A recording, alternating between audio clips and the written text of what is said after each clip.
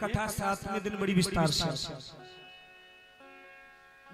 से आएगी। ये 7वें दिन धराधाम को छोड़ के गए ना तो अर्जुन रोने लगा। गांडीव धनुष किसी काम का नहीं रहा। और जब रोते रोते भैया हो अपनी नगरी में आए, धर्मराज युधिष्ठिर जी ने देखा, अरे तुम्हारा पोता कितना बड़ा हो गया, अपरिचित 11 साल का हो गया है? तुम कृष्ण के साथ चले जाते हो, कभी याद नहीं करते हो। बोले नहीं, यहाँ तो आंसू झर रहे हैं। तब युधिष्ठिर जी ने कहा, तुम्हारा तेज नष्ट क्यों हो गया? तब कहा, व्यक्ति 3 चीजों से तेज नष्ट होता है। या कोई अगम्य स्त्री का संगम कर ले, कोई पराई स्त्री का संगम कर ले, उस व्यक्ति का तेज नष्ट हो जाएगा। या किसी साधु ब्राह्मण को मार दे, गाय की हत्या कर दे, उसे व्यक्ति का तेज नष्ट हो जाएगा। या किसी के बिगर हम जी नहीं सकते, जिसके सहारे हम जी रहते वो हम छोड़ के चला जाए। ऐसा तुम्हारे जीवन में तो नहीं हुआ। अर्जुन ने धर्मराज युधिष्ठिर जी को अंक में भर लिया। कहा, वंचितो हमारा हरिणा वंदरोपेण येन में तेजो देव विवस्पनम में। हम जिसके सारे जी रहे थे ना, वो कृष्ण हमको छोड़ के चला गया, वह गोविंद हमें छोड़ के चला गया। इतने दिन बाद आई बुरी खबर सुना दी आपने। यह खबर कुंती ने सुनी, बोले कृष्ण नहीं रहे। जैसे राजा दशरथ जी ने सुना था कि राम नहीं आए, आकर के सुमंत ने कहा था, राजा दशरथ ने पूछा, वैदेही आ गई है क्या? लखन आए, राम आए? तब कहा नहीं आए। हे राजन, तो प्यारे हो, उस राजा दशरथ ने अपने प्राण को नहीं रखा। ऐसे ही कुंती का हाल हो गया। कुंती ने सुना कृष्ण नहीं रहे तो प्यारे हो, जैसे राम राम कहे राम राम कहे राम राम राम राम कह करके 6 बार राम किया। 6 दिन हुए थे आज राम जी को वनवास जाए हुए। राजा दशरथ ने भी 6 बार राम राम कहा, अपने प्राणों को त्यागा। आज कुंती महलों में घूमने लगी, हे कृष्ण कृष्ण कृष्ण हे कृष्ण आज कहते हुए अपने पंचभौतिक शरीर का त्याग रखा।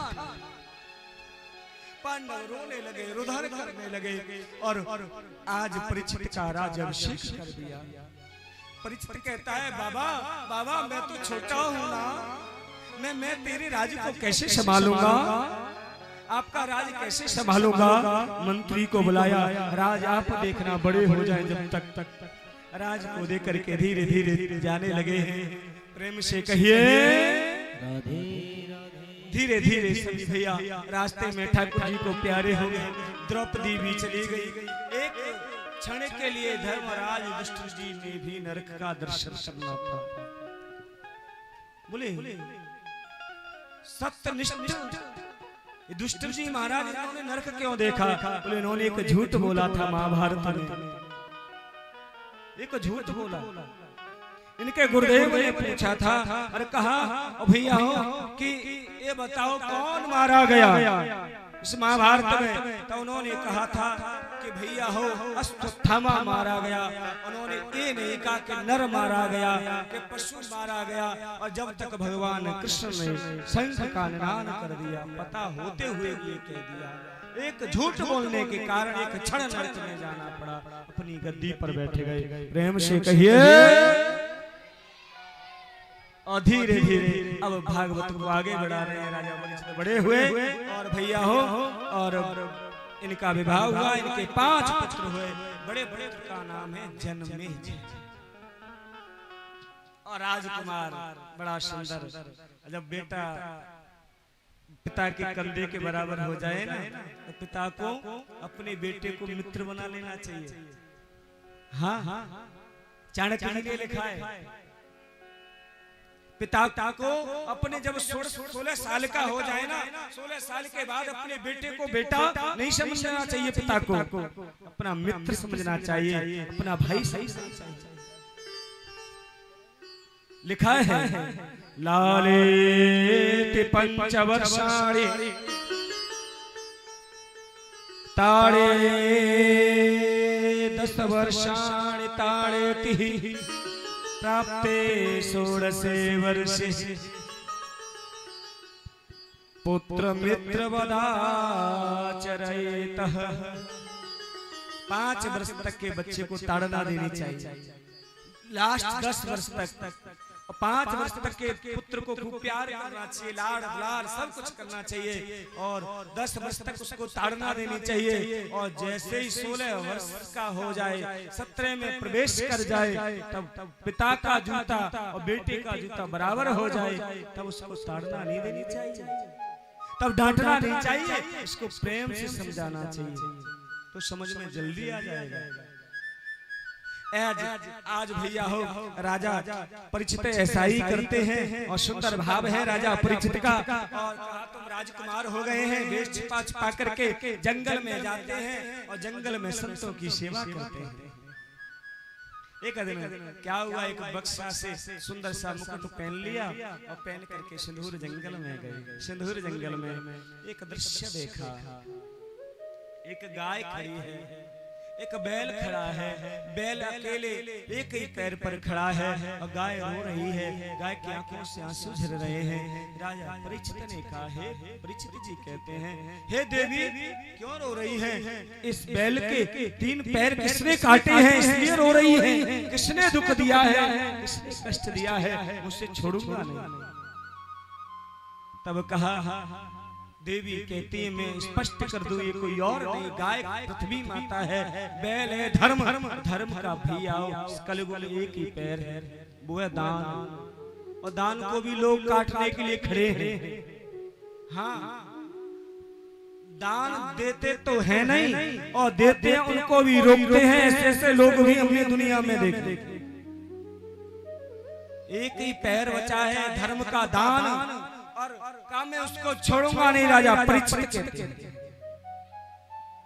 वहाँ काला काला पुष्प प्रकट हो गया, वो कोई और नहीं, मैं स्पष्ट कर दूं कलयुग है। कलयुग से कहा, तुम मेरे राज से चले जाओ, मैं मेरे राज में नहीं रहना। तब उन्होंने कहा, नहीं नहीं, मुझे तो कुछ तो व्यवस्था दे दो, मैं तुम्हारी शरण में आया हूँ, मेरा ही समय आ गया। न गुणा केश योधा था बलम भश्यति किंचितम, मुझे कुछ तो जगह दे दो महाराज, क्यों ऐसा करते हो? और शरण में गिर पड़ा। तो पता है, तब उसको याद आ गया कि शरण में आया हुआ मेरे दादाजी कह के गए थे, कितना भी वैरी व्यक्ति हो, तेरी शरण में जब आ जाए तो क्षमा कर देना। आजकल काल को क्षमा कर दिया, तो कहा कुछ तो जगह दे दो ना। बोले कुछ तो जगह रहने के लिए दे दो। तब राजा परीक्षित ने कहा, तुम्हारी 4 जगह वास है, धूतम पानम स्त्रियम सोनायत धर्मा चतुर्विधा। 4 जगह तुम्हारा वास है। धूत, जुआ में कपट के रूप में तुम रहोगे, जो जुआ खेलते हैं कलयुग का वास है। पान, जो मदिरा का पान करते हैं उसमें कलिकाल का वास है। तब कहा, पराई स्त्री को जो हरण करता है, पराई स्त्री के साथ जो गंदा व्यवहार करता है, प्यारे हो, उसमें काम के रूप में कलयुग का वास है।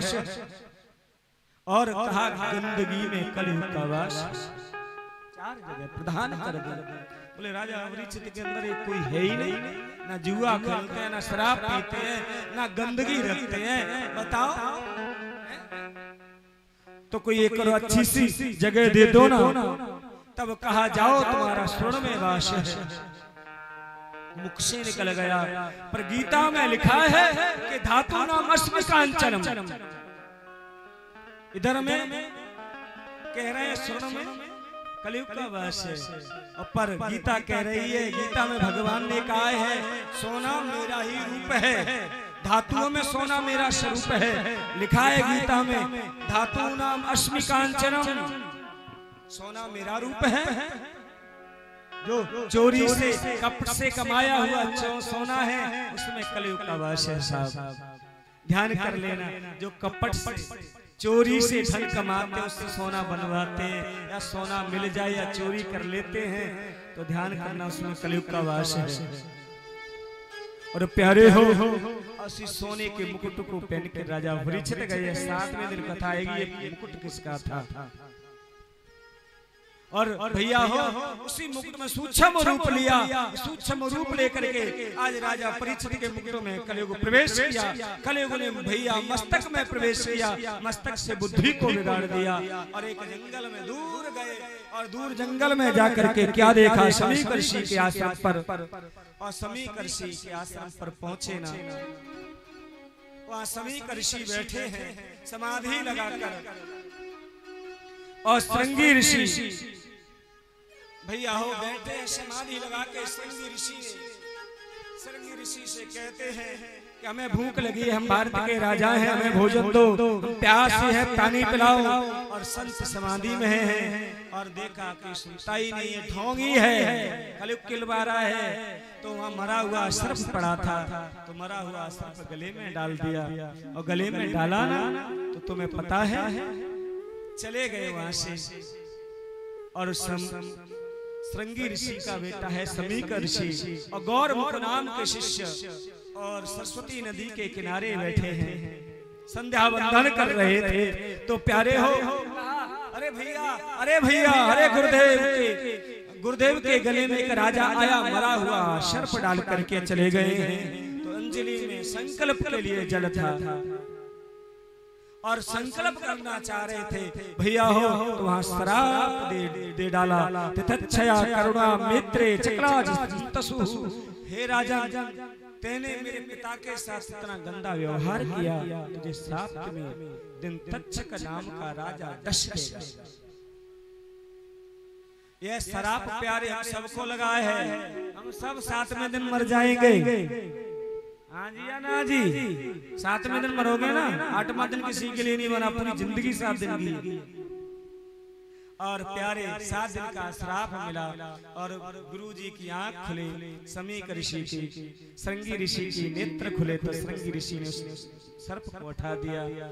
समीक ऋषि रो रहे थे, बेटा क्यों रो रहे हैं, तुम्हारे गले में राजा परीक्षित सर्प डाल कर चला गया, मैंने श्राप दे दिया, तक्षक नाग डस लेगा, तुमने गलत कर दिया। अब हमारे भारत में ऐसा कोई राजा नहीं होगा, सब गरीबों का खून पीने वाले होंगे, ऐसा राजा अब होने वाला।